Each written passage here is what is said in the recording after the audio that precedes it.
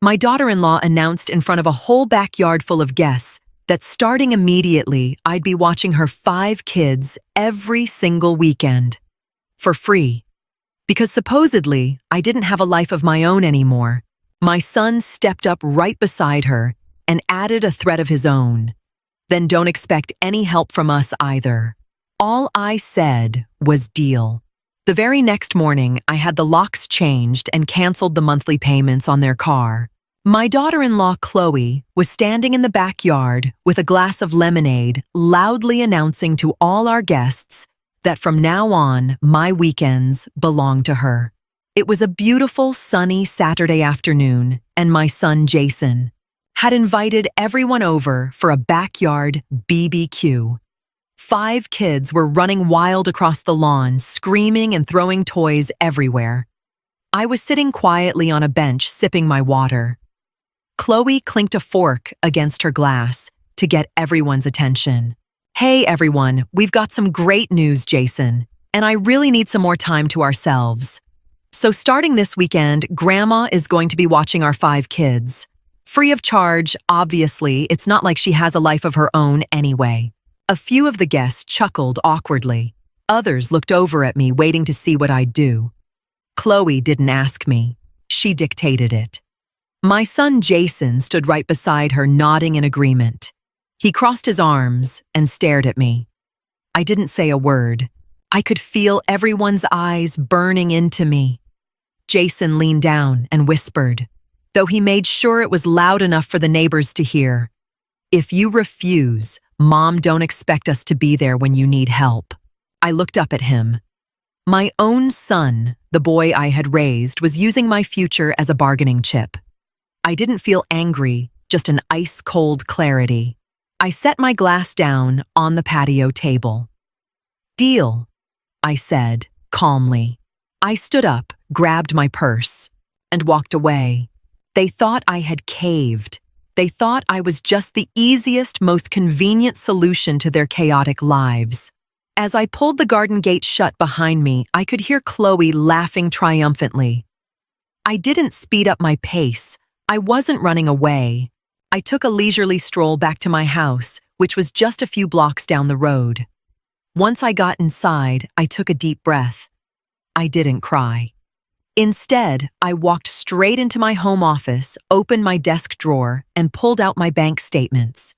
They had absolutely no idea what my deal actually meant. That was the exact moment I stopped being their convenient ATM and their permanent backup plan. My phone buzzed. It was a text from Chloe: "Bring fresh bagels over tomorrow morning." I switched my phone to silent. This weekend was going to look very different. That very evening, I called a locksmith and booked him for the first thing the next morning. I needed the lock on my front door changed. For years, Jason and Chloe had a spare key. Originally, it was just meant for emergencies. But, in reality, Chloe used it as a free pass to dump the kids in my hallway whenever she felt like running to the mall. I had put up with it countless times just to keep the peace. Those days were officially over. The locksmith showed up right on time. Within 20 minutes, I had 3 shiny new keys sitting in the palm of my hand. I tossed the old one straight into the trash. It was just a tiny piece of metal, but it meant my front door was finally mine again. After that, I went into the kitchen and completely emptied the large bottom pantry cabinet. Up until then, it had been stuffed to the brim with candy, expensive juices, and snacks for the grandkids. I bought all of those things out of my retirement savings because Chloe constantly complained that money was tight at the end of the month. I packed everything into 2 large cardboard boxes. I wasn't throwing it out. I was donating it to the local daycare center. From now on, my house was no longer a free grocery store. I filled the empty shelves with things I actually enjoyed: good herbal teas, dark chocolate, and a few nice bottles of wine. My space, my rules. I looked around the kitchen and felt a profound sense of satisfaction. No tears, no self-pity. I had played my part for long enough. That afternoon, I sat out on the patio and read a book. My phone was lighting up nonstop. Jason and Chloe were sending me lists of what the kids were allowed to eat this weekend and what activities I needed to plan. I read through every single message carefully, but I didn't reply. I wasn't going to give them a heads up. They had laid down their absolute facts, so I was going to do the exact same thing. I made myself a simple dinner and soaked in the absolute silence. No screaming kids, no demanding daughter-in-law. Just me and the soft evening breeze. I knew tomorrow afternoon was going to be loud, but I was ready for it. More than ready. It was Friday, 5:30 p.m. This was the exact time Chloe usually called to announce she was on her way over. This time, she didn't call. She just assumed everything was going exactly according to her plan. I was standing in my bedroom, packing a small weekender bag.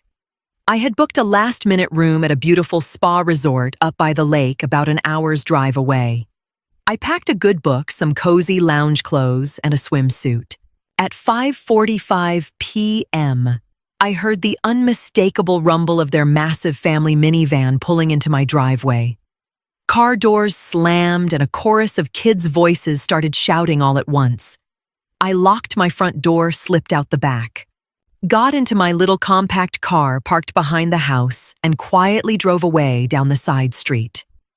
Glancing in my rearview mirror, I could see Chloe marching up to my front porch with two of the kids by the hand. About 20 minutes later, out on the highway, my phone started ringing. Chloe. I let it ring. 2 minutes later, Chloe again. Then Jason. I didn't answer. At a red light, I quickly typed out a message in the family group chat. Headed out of town for the weekend. Have a great time, you guys. The reply came almost instantly. Out of town. We're standing on your porch. You said it was a deal. My key doesn't work. I read the text, smiled softly to myself, and powered my phone completely off. No arguments. No justifying myself. I had agreed to their terms that I shouldn't expect any help from them if I refused their demands. The fact that I had actually refused the demands was something they were only just now figuring out. When I arrived at the resort, I checked in peacefully. I ordered room service and treated myself to a long, hot bath. No guilt trips, no chaos, just warm water and the scent of lavender. I knew it was absolute pandemonium back at their house. 5 kids on a Friday night, 0 preparation, and a furious mother. But that wasn't my problem anymore. That night, I slept deeper and more soundly than I had in years. Saturday morning, after a huge breakfast, I was sitting out on the balcony of my hotel room. I had finally turned my phone back on. The screen lit up with 47 missed calls and a flood of text messages. Jason was livid. "Mom, this isn't funny." "Chloe is crying." "We had concert tickets," Chloe chimed in. "You selfish woman, you ruined our marriage." I read through all of it calmly. Not a single message asked how I was doing. It was entirely about the loss of their own convenience. I set the phone aside and opened my laptop. I logged into my online banking. There was one more piece of business I needed to take care of. That massive family van they had rolled into my driveway with yesterday. It was in my name. Jason and Chloe hadn't qualified for the financing a few years ago. I had leased the car for them, and every single month I dutifully paid the $650 installment. Back then, Chloe swore up and down they would reimburse me every month. That happened exactly twice. After that, I never saw a dime. I clicked over to the automatic payments tab. There it was. A huge chunk of money draining from my fixed income every single month. I clicked delete. One simple click and the financial umbilical cord was cut. I drafted a short. purely factual email to Jason. Since I am no longer providing free childcare, I need my money for myself. Starting next month, I will no longer be paying the lease on your car. You have 4 weeks to transfer the financing into your own names, or I am returning the vehicle to the dealership. I closed the laptop. It felt like I had just dropped a 100-pound backpack. For years, I had tried to buy their love and approval through financial support. I truly believed that keeping the family together meant giving them everything I had. But they didn't see me as a mother or a grandmother. They saw me as a free 24/7 service provider.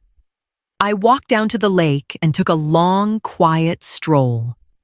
The crisp air felt amazing. My son's threats from the barbecue now seemed so incredibly small and hollow. I didn't need their help. I just needed my own peace. I got back home on Sunday afternoon feeling completely rejuvenated. I had barely set my travel bag down in the hallway when someone started aggressively leaning on the doorbell. I knew exactly who it was. I opened the door just a crack, keeping the heavy security chain firmly in place. Jason and Chloe were standing on the porch, their faces flushed bright red with anger. "What is the meaning of this?" "Mom," Jason immediately shouted. "The new locks. The car. Have you lost your mind?" I looked at him calmly. "I haven't lost my mind. I'm just cleaning up my life." Chloe pushed her way to the front. "You said it was a deal in front of everyone in the backyard. You completely humiliated us." "No, Chloe," I replied, not raising my voice even a fraction. "You humiliated me. You ordered my time around like I was the hired help. All I said was that I agreed to Jason's condition, no help from you guys, if I didn't do exactly what you wanted. I made my choice. You can't just take the car away from us. How are we supposed to get the kids to school?" she screamed. "That is your job as parents," I said matter-of-factly. "I paid for that car for 3 years. You've had plenty of time to get yourselves on solid financial ground. The auto pay is canceled." Jason stared at me like he was looking at a total stranger. The passive, silent mother who always just took it on the chin was no longer standing in front of him. "You're being incredibly selfish," he muttered. "If taking care of myself is selfish, then I wear the badge proudly. My house, my money, my time. If you want to visit me, call ahead. Without an appointment, this door does not open." I shut the door in their faces before they could get another word out and slid the deadbolt into place. I could hear Jason smack the wood with his hand, but after a few minutes they gave up, and I listened to their footsteps crunching away on the gravel driveway. I walked into the kitchen and put the kettle on for tea. My heart was beating a little faster than normal, but I didn't feel an ounce of fear. Just a deep, unwavering certainty that I had done the right thing. 2 weeks went by. The quiet in my house was absolutely glorious. I had replanted my flower beds and spent my evenings reading peacefully on the back porch. Jason and Chloe hadn't reached out. They were probably banking on the idea that I would cave and come begging to see the grandkids. But I held my ground. I missed the kids terribly, but I knew that giving in now would ruin everything I had built. On a Wednesday afternoon, the doorbell rang. It wasn't Jason or Chloe. It was my oldest grandson, 12-year-old Leo. I opened the door immediately. He was standing there with his little backpack looking nervous and out of place. "Grandma, can I come in?" I smiled warmly. "Of course, sweetheart. Come on in." He walked purposefully into the kitchen, heading straight for the big pantry cabinet where all the junk food used to be. He pulled the door open and just stared blankly at the boxes of oatmeal and varieties of tea. "Where's all the candy?" he asked, totally confused. I don't keep that stuff here anymore, Leo. If you're hungry, I can make you a turkey sandwich or slice up an apple. He scrunched up his face. Mom told me to come over here and get something to eat. We don't have anything good in the fridge at home. And there it was. Chloe was still trying to use the kids to save a buck. She figured I'd never say no to my grandson and that I'd immediately run out to restock the pantry for them. I made Leo a healthy sandwich and poured him a glass of milk. We sat down together at the kitchen table. Your mom needs to go grocery shopping if you guys don't have food. Grandma isn't a supermarket anymore. He chewed his food in silence. He was plenty old enough to understand that the dynamic had fundamentally shifted. Can I just stay here for the afternoon? It's so loud at my house. I looked at him. My heart softened, but my boundaries stayed firmly in place. You can stay for 1 hour today. Then you need to head back home. And I want you to tell your mom something for me. Tell her not to send you to do her dirty work when she has a problem. He nodded. I loved him to pieces, but I absolutely refused to let Chloe use him as a pawn. The first of the month rolled around. This was the day the heavy lease payment for the family minivan usually drained out of my checking account. This time, nothing happened. My bank balance stayed comfortably padded. A week later, I looked out the window and saw Jason pulling into the driveway in a beat-up, older, compact sedan. The massive minivan was gone. Apparently, the dealership wasn't messing around once the payment bounced and Chloe refused to take over the lease. I watched through the kitchen window as Jason wrestled with the back seat, violently trying to cram 3 bulky car seats into the tiny space. He was sweating, cursing, and slamming his hands against the door frame in total frustration. Chloe was standing on the lawn, gesturing wildly at him. In the old days, I would have run out there in a heartbeat. I would have offered to help pressed cash into their hands and assured them everything was going to be okay. Today, I just stood at the window and sipped my coffee. It was their choice to have 5 kids. It was their responsibility to figure out the logistics of their own lives. Late that afternoon, my phone rang. Jason, I answered. Mom, he said, his voice strained and tight. We surrendered the van. Are you happy now? This isn't about my happiness, Jason. It's about your responsibilities, I answered evenly. You put us in a terrible position. We can't even take the whole family to the grocery store at the same time. You could have taken over the lease. I gave you 4 weeks' notice. With what money, he yelled. Chloe doesn't work and my paycheck doesn't cover everything. Then you need to sit down and rethink your budget. I paid for that car for 3 years. You're welcome. I waited for a thank you. It never came. Instead, he just hung up on me. I set the phone back on its cradle. No guilt, just reality. They had to learn the hard way that life costs money and that a grandmother is not an ATM. I walked out into the hallway and put on my shoes. I had just signed up for a pottery class, something I had been dying to do for 10 years, but never had the time or the extra cash for. I was really starting to like my new life.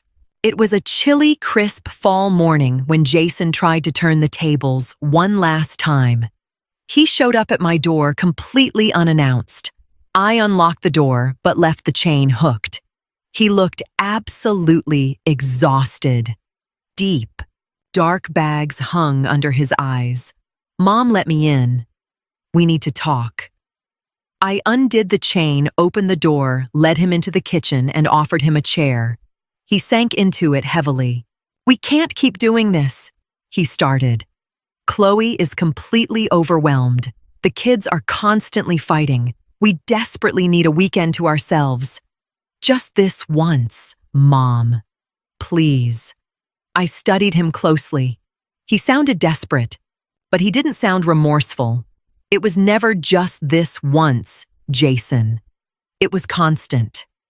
You both took advantage of my generosity. Chloe treated me like an unpaid maid in front of all your friends.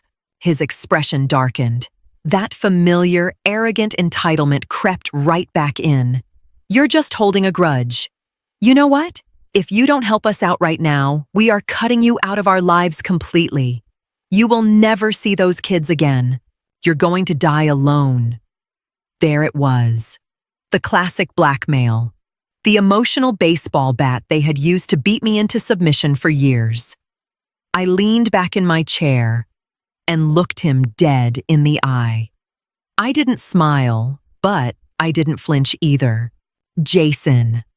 I am already getting older, and what I've learned over these past few weeks is that being alone is infinitely better than being used.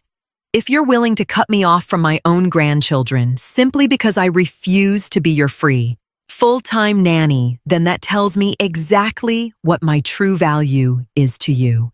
He stared at me totally speechless. He fully expected me to break down in tears and cave. It's your choice. But I am absolutely done being threatened. I stood up and walked over to the kitchen door, holding it open. You need to leave now.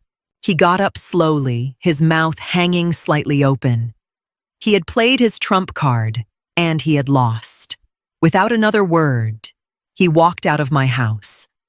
I closed the door behind him and took a deep breath. I had just faced my worst fear and survived. 2 months went by. Complete radio silence. No phone calls, no pop-in visits. I just lived my life. I met up with my girlfriends, went to the theater, and spent hours tending to my garden. On a rainy Tuesday night, my phone started ringing off the hook. It was a little after 8. I glanced at the screen. Chloe. I ignored it.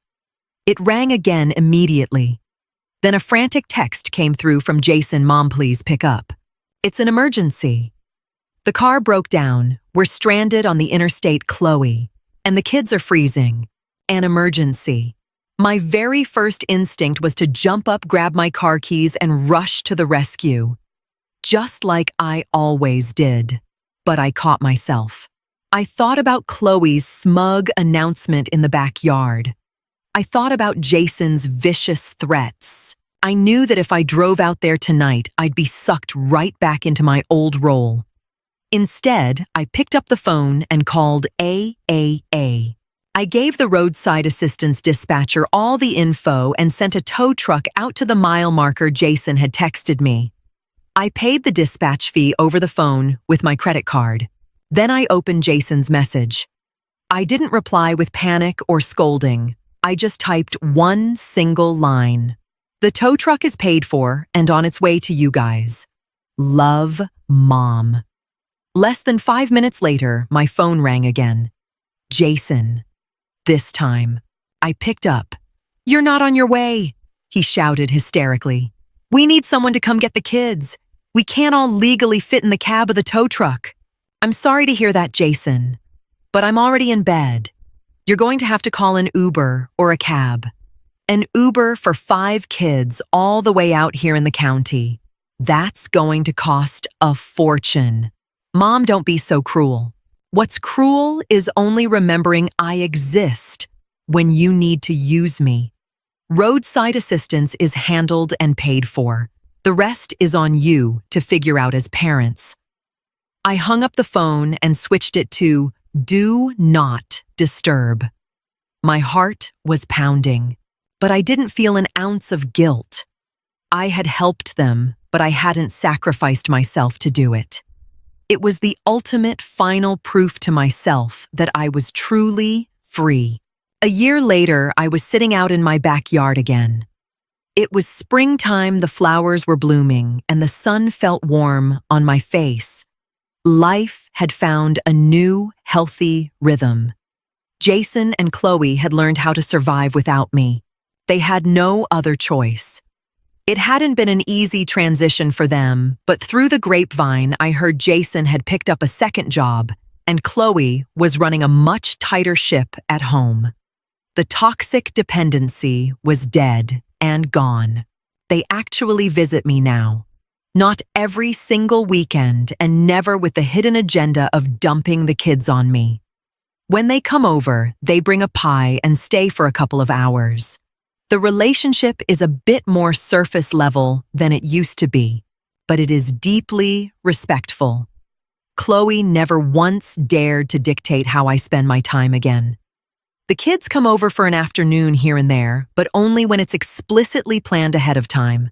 I genuinely enjoy the time I spend with my grandkids now, because I know they are going to go back home at the end of the day. I'm no longer exhausted. I'm no longer being used. I am finally just Grandma. I looked back at my house. It belonged entirely to me again. The locks were changed, the cabinets were stocked with my own favorite things, and my bank account was completely stress-free. I didn't need to hire lawyers or have some massive screaming match in court. All I had to do was stop putting their convenience above my own life. My son's threat that I would grow old and weak without their help didn't scare me anymore. I had learned how to rely entirely on myself. I took a sip of my water and closed my eyes. Sometimes letting go is the ultimate act of self-love. When people only value you because you are useful to them, you just have to stop being useful. Only then do you get to see who actually sticks around. I smiled. Life past 60 wasn't the end. For me, it was the real beginning. And this time, I was writing all the rules myself. Sometimes you don't even have to raise your voice. You just have to stop being available. She didn't lose her family. She just lost the role where she constantly had to pay help and suffer in silence.